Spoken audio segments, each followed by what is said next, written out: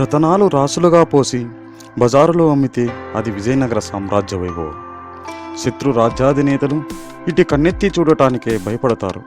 ఇది విజయనగర సామ్రాజ్య ధీరత్వం. 4 శతాబ్దముల ఘనమైన చరిత్ర ఉన్న విజయనగర రాజులలో అగ్రగణ్యుడు శ్రీకృష్ణదేవరాయలు. సాహితీ సమరాంగణ సార్వభౌముడు, ఆంధ్రభోజుడు, గొప్ప రాజనీతిజ్ఞుడు, సైనికాధికారి, భుజబల సంపన్నుడు, ఆర్థికవేత్త, మత సహనం కలవాడు, వ్యూహ నిపుణుడు, పట్టిన పట్టు విడువనివాడు, కవి పోషకుడు, రాజ్య నిర్మాత, ఇలా ఎంతో గొప్పగా కీర్తింపబడ్డ శ్రీకృష్ణదేవరాయల జీవితం రాజవిలాసాల కొలువు, భోగభాగ్యాల నిలువు అని అందరూ అనుకుంటారు. అలా అనుకోవడంలో తప్పు లేదు. ఎందుకంటే అష్టదిగ్గజములతో, నర్తకిలతో, గాయనిలతో, సంగీతకారులతో శ్రీకృష్ణదేవరాయల కొలువు భువన విజయంగా కీర్తింపబడింది.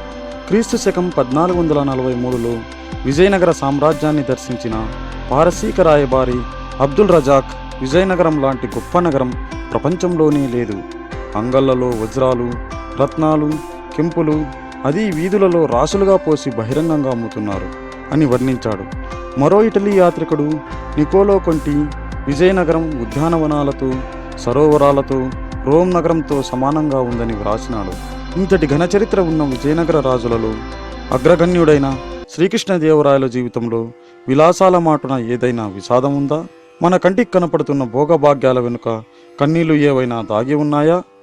అలాంటి విషాదాలు మరియు కన్నీళ్లతోనే రాయలవారి జీవితం సమాప్తమైందా? రాయలవారి జీవితాన్ని క్షుణ్ణంగా పరిశీలించినట్లయితే ఈ ప్రశ్నలకు అవుననే సమాధానం చెప్తుంది చరిత్ర. శ్రీకృష్ణదేవరాయలు క్రీస్తు శకం 1471లో అప్పటి విజయనగర సామ్రాజ్య సేనాధిపతి అయిన తులవ నరసనాయకుడు రెండవ భార్య అయిన నాగలాంబకు పెనుగొండలో జన్మించాడు. అప్పటికే శ్రీకృష్ణదేవరాయలకు వీరనరసింహరాయలు, అచ్యుతరాయలు అను ఇరువురు సవతి సోదరులు కలరు. శ్రీకృష్ణదేవరాయలు తండ్రి తులవ నరసనాయకుడు అప్పటి విజయనగర సామ్రాజ్య రాజైన ఇమ్మడి నరసింహుడు సేనానిగా ఉండేవాడు. విజయనగర రాజైన ఇమ్మడి నరసింహుడు అసమర్థుడు కావడంతో కృష్ణదేవరాయలు తండ్రి విజయనగర రాజును పెనుగొండలో బంధించి తనే రాజ్యపాలన చేసేవాడు. అకస్మాత్తుగా శ్రీకృష్ణదేవరాయల తండ్రి గారైన తులవ నరసనాయుడు మరణించడంతో శ్రీకృష్ణదేవరాయల సవతి సోదరుడైన వీరనరసింహరాయలు సింహాసనాన్ని అధిష్ఠించాడు. సుపరిపాలనతో దక్షిణ భారత చరిత్రలోనే సువర్ణాధ్యాయముగా లిఖింపబడ్డ శ్రీకృష్ణదేవరాయలకు సింహాసనం సులువుగా దక్కలేదు. విజయనగర సామ్రాజ్య మహామంత్రి తిమ్మరసుకు శ్రీకృష్ణదేవరాయలు అంటే అచంచల విశ్వాసం మరియు వాత్సల్యం. శ్రీకృష్ణదేవరాయలు కూడా తిమ్మరసుని అప్పాజీ అని పిలిచేవాడు. పితృ సమానంగా గౌరవించేవాడు. విజయనగర సింహాసనాన్ని అధిష్ఠించిన శ్రీకృష్ణదేవరాయల సవితి సోదరుడు వీరనరసింహరాయలు తన సామంత రాజ్యములైన ఉమ్మతూరు, శివసముద్రములలో చెలరేగిన తిరుగుబాట్లను అణుచుటకు వెళ్ళి తీవ్రంగా గాయపడతాడు. మరణశయ్యపైనున్న అతడు బాలకుడైన తన కుమారుణ్ణి పట్టాభిషిక్తిని చేయమని మహామంత్రి తిమ్మరసును కోరుతాడు. తిమ్మరసుకు కృష్ణదేవరాయలపై గల ప్రేమను పసిగట్టి తన మరణానంతరం తిమ్మరసు ఖచ్చితంగా కృష్ణదేవరాయల్ని చక్రవర్తి చేస్తాడని తలచి శ్రీకృష్ణదేవరాయలను వధించి గుర్తుగా అతని కనుగుట్లు తీసుకుని రమ్మని మహామంత్రి తిమ్మరసును రాజు ఆదేశిస్తాడు. శ్రీకృష్ణదేవరాయలపై అపారమైన వాత్సల్యం గల తిమ్మరసు రాయల వారిని ఆజ్ఞాతమునకు పంపి ఒక మేకను వధించి ఆ మేక కనుగుడ్లను రాజుకు చూపి కృష్ణదేవరాయల కనుగుడ్లుగా నమ్మ పలుకుతాడు. రాజు మరణానంతరం శ్రీకృష్ణదేవరాయలు ఆజ్ఞాతం వీడి విజయనగర సామ్రాజ్య పట్టాభిషిక్తుడవుతుండగా మరో సవతి సోదరుడు అచ్యుతరాయలు, దివంగత రాజు అనుచరులు తీవ్రంగా ప్రతిఘటిస్తారు. మహామంత్రి తిమ్మరసు వారిని వేరే దుర్గములలో బంధించి కృష్ణదేవరాయలని ఫిబ్రవరి 4, 1509లో పట్టాభిషిక్తుడిని చేస్తాడు. అనూహ్య రీతిలో సింహాసనాన్ని అధిష్ఠించిన రాయలవారికి వెంటనే ఎన్నో సవాళ్లు. రాయలవారిని పదవిచ్యుతిని చేయడానికి సోదరుడు అచ్యుతరాయల ప్రయత్నం ఒకవైపు, సామంతరాజుల తిరుగుబాట్లు మరోవైపు, సమస్త దక్షిణావనిని ఒకే పాలన క్రిందికి తేవాలని రాయలవారి లక్ష్యానికి అడ్డంగా మారాయి. ఆశయాన్ని ఓడించే శత్రువు లేడు, ఆత్మవిశ్వాసాన్ని చంపే ఆయుధం లేదు. అదే ఆశయంతో, అదే ఆత్మవిశ్వాసంతో వెంటనే రాయలవారు విజయనగర సామ్రాజ్యంపై దండయాత్ర ప్రయత్నం చేస్తున్న దక్కను పాలకులపై విరుచుకుపడ్డాడు.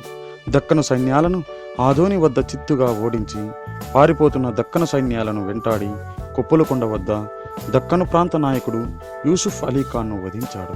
అక్రమంగా అధికారంలోకి వచ్చిన బారిద్ మాలిక్ని తొలగించి మహమ్మద్ షాను బహుమనీ సామ్రాజ్యనేతిగా చేశాడు. తరువాత తిరుగుబాటు చేసిన సామంతరాజులపై తన దృష్టి మరల్చి ఉమ్మతూరు, శ్రీరంగపట్నం, శివసముద్రంను వశపరుచుకున్నాడు. క్రీస్తు శకం 1513, 1519 మధ్యకాలంలో ఒరిస్సా పాలకులపై 5 సార్లు యుద్ధం చేయవలసి వచ్చినది. మొట్టమొదటిసారిగా ఒరిస్సా పాలకుడు ప్రతాపరుద్రుడు స్వాధీనం చేసుకున్న నెల్లూరు జిల్లాలోని ఉదయగిరిని తిరిగి స్వాధీనం చేసుకోవడానికి ప్రయత్నం చేశాడు. క్రీస్తు శకం 1513లో దుర్భేద్యమైన ఉదయగిరి కోటపై దండెత్తి అతిపెద్దదైన ప్రతాపరుద్రుని సైన్యాన్ని ఓడించగలిగాడు. తరువాత యావత్ ఆంధ్రప్రదేశ్ను తన పాలన కిందికి తీసుకురావాలనే లక్ష్యంతో రెండోసారి ఒరియా పాలకులపై దండయాత్ర చేశాడు. కొండవీడు మార్గంలో గల కందుకూరు, వినుకొండ, బెల్లంకొండ మొదలైన కోటల్ని స్వాధీనం చేసుకున్నాడు. కొండవీడును చుట్టుముట్టాడు. కానీ సైన్యాధిపతి అయిన సాలోతిమ్మయ్య కోటను వశపరుచుకోలేకపోయాడు. అందువల్ల శ్రీకృష్ణదేవరాయలు స్వయంగా సైన్యాన్ని నడిపించి పెద్ద ఎత్తున దాడి చేశాడు. చివరకు ఒరియా సైన్యం లొంగిపోయింది. యువరాజైన వీరభద్రునితో పాటు చాలామంది ఒరియా రాజ ప్రముఖులను బంధించి విజయనగరానికి తీసుకుపోయాడు. ఇక 3వ దండయాత్రలో కృష్ణానది ఒడ్డున గల బెజవాడను రాయలు స్వాధీనం చేసుకున్నాడు. గోల్కొండ మార్గంలో ఉన్న కొండపల్లిని కూడా ఆక్రమించాడు. నల్గొండ, వరంగల్లు జిల్లాలోని కోటలన్నీ విజయనగరం ఆధీనంలోకి వచ్చాయి. 4వ దండయాత్రలో వేంగి రాజ్యం తిరిగి స్వాధీనమైంది. రాజమండ్రి అతి సునాయాసంగా చేజిక్కింది.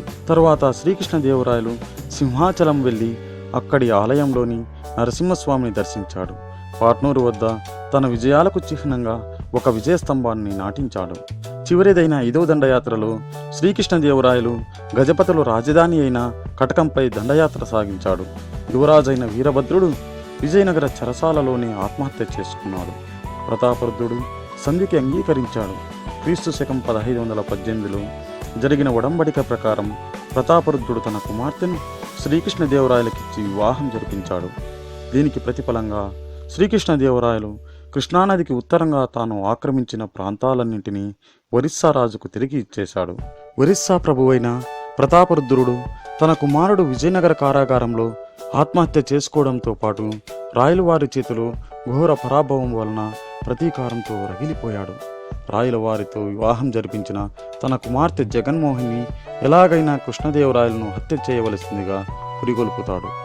రాయలవారిని ప్రాణం కంటే మిన్నగా ప్రేమించి ఎన్నో కష్టాలను ఓర్చుకుని వివాహం చేసుకున్న జగన్మోహిని రాయలవారిని హత్య చేయలేక ఆత్మహత్య చేసుకోవడానికి ప్రయత్నిస్తుంది. ఈ సంఘటన కూడా రాయలవారికి ఎంతో విషాదాన్ని కలిగిస్తుంది. శ్రీకృష్ణదేవరాయలు ఒరిస్సా దండయాత్రలో తలమునకలై ఉండగా గోల్కొండ సుల్తాను అయిన కులీ కుతుబ్ షా పానగల్లు, గుంటూరు ప్రాంతాలపై దాడి చేసి వరంగల్లు, ఖమ్మంపేట, కొండపల్లి, ఏలూరు, రాజమండ్రిలో గల కోటల్ని స్వాధీనం చేసుకున్నాడు. ఒరిస్సా ప్రభువు నుండి కృష్ణా, గోదావరి ముఖద్వారాల మధ్య గల ప్రాంతాన్నంతా బలవంతంగా చేజిక్కించుకున్నాడు. తర్వాత నాదెండ్ల గోపన్న ఆధీనంలో ఉన్న కొండవీడును చుట్టుముట్టాడు. నాదెండ్ల గోపన్న శ్రీకృష్ణదేవరాయల మంత్రి అయిన తిమ్మరసుకు మేనలుడు. గోపన్న గోల్కొండ సైన్యాన్ని సమర్థవంతంగా ఎదుర్కోలేకపోయినప్పుడు తిమ్మరసు స్వయంగా సైన్యాన్ని నడిపించి గోల్కొండ సైన్యాన్ని ఓడించడమే కాక వారి సేనాధిపతి అయిన మధురుల్ ముల్కును బంధించాడు. శ్రీకృష్ణదేవరాయలు చివరిసారిగా బీజాపూర్ను పాలిస్తున్న ఇస్మాయిల్ అదిల్ షాపై దండయాత్ర చేశాడు. క్రీస్తు శకం 1512లో రాయలచే ఆక్రమింపబడ్డ కృష్ణా, గోదావరి నదుల మధ్య ప్రాంతాన్ని తిరుగు బీజాపూర్కు స్వాధీనం చేయవలసిందిగా సుల్తాను కోరాడు. ఈ నేపథ్యంలో సాగిన యుద్ధంలో బీజాపూర్ సైన్యం చిత్తుగా ఓడిపోయింది. తరువాత శ్రీకృష్ణదేవరాయలు గుల్బర్గా వరకు తన సైన్యాన్ని నడిపించి అక్కడ గల కోటను ధ్వంసం చేశాడు. ముహమ్మద్ షా పెద్ద కుమారునికి బహుమనీ రాజ్యాన్ని అప్పగించి మిగిలిన 2 కొడుకుల్ని బందీలుగా విజయనగరానికి తీసుకుపోయాడు. ఇలా కృష్ణదేవరాయల పాలనాకాలమంతా నిత్య యుద్ధాలతో అశాంతిగా గడిచిపోయింది. శ్రీకృష్ణదేవరాయలు చివరి రోజులు మరింత విషాదంగా గడిచాయి. సింహాసనాన్ని అధిష్ఠించడానికి జరిగే కుట్రలు, కుతంత్రాల గురించి బాగా తెలిసిన రాయలవారు తన ఏకైక కుమారుడైన తిరుమల దేవుడు సింహాసనం అధిష్ఠించడానికి ఎటువంటి కష్టం పడకూడదని తలుస్తాడు. తను బ్రతికి ఉండగానే 1524లో 6 ఏళ్ల వయస్సులో తన కుమారుడిని పట్టాభిషిక్తుడిని చేస్తాడు. కానీ 8 నెలలకే రాయలవారి కుమారుడు విషప్రయోగంతో మరణిస్తాడు. దీంతో కృష్ణదేవరాయలు తీవ్రంగా కుంగిపోతాడు. అంతలోనే తను ప్రాణంగా అభిమానించే మహామంత్రి తిమ్మరుసు మరియు ఆయన కుమారుడు తిమ్మడే రాయలవారి కుమారునిపై విషప్రయోగం జరిపారని ప్రచారం జరుగుతుంది. దీంతో కృష్ణదేవరాయలలో మరింత కలత. తనకు సర్వము అయిన తిమ్మరుసే తన కుమారుడిని చంపాడనే విషయం రాయలవారికి గుండె పగిలేలా చేస్తుంది. వెంటనే రాయలవారు తిమ్మరుసు ఆయన కుమారుడు తిమ్మడు కనుగుడ్లు పీకించి చెరసాలలో బంధిస్తాడు. తరువాత యువరాజు మరణానికి మహామంత్రి తిమ్మరుసుకు ఎటువంటి సంబంధం లేదనే విషయం ప్రచారం జరుగుతుంది. తనకు పితృ సమానుడై జీవితాంతం తన శ్రేయస్సుకు శ్రమించిన అప్పాజీపై అనుమానంతో ఎటువంటి విచారణ జరపకుండా అంతటి ఘోరమైన శిక్ష వేయడం రాయల వారికి తట్టుకోలేనంత విషాదం కలిగిస్తుంది. ఇలాంటి విషాదంలో 5 సంవత్సరాలు గడిపి 1529లో శ్రీకృష్ణదేవరాయలు తిరిగి రాని లోకాలకి వెళ్ళిపోతారు. రాయలవారి కుమారుడు తిరుమల దేవుడిని తిమ్మరుసే హత్య చేశాడా? రాయలవారి మీద పగతో రగిలిపోతున్న ప్రతాపరుద్రుడు చంపించాడా? లేక 15 సంవత్సరాలుగా సింహాసనంపై కన్నేసిన రాయలవారి సవతి సోదరుడే మట్టు పెట్టించాడా? అసలు విషయాన్ని చరిత్ర బయటపెట్టలేకపోయింది. కానీ చరిత్ర చెప్పిన పాఠం చిన్న అనుమానం, చిన్న అపార్థం ఎంతో ఘోరమైన ఫలితాలనిస్తుంది. అందుకే ప్రతి విషయాన్ని అనుమానించకూడదు అంటే గుడ్డిగా అనుసరించండి అని కాదు, నిజానిజాలను నిర్ధారణ చేసే వరకు ఎలాంటి చర్యలను జరపకూడదు అని. ఇట్లు నేను మీ శ్రేయోభిలాషిని.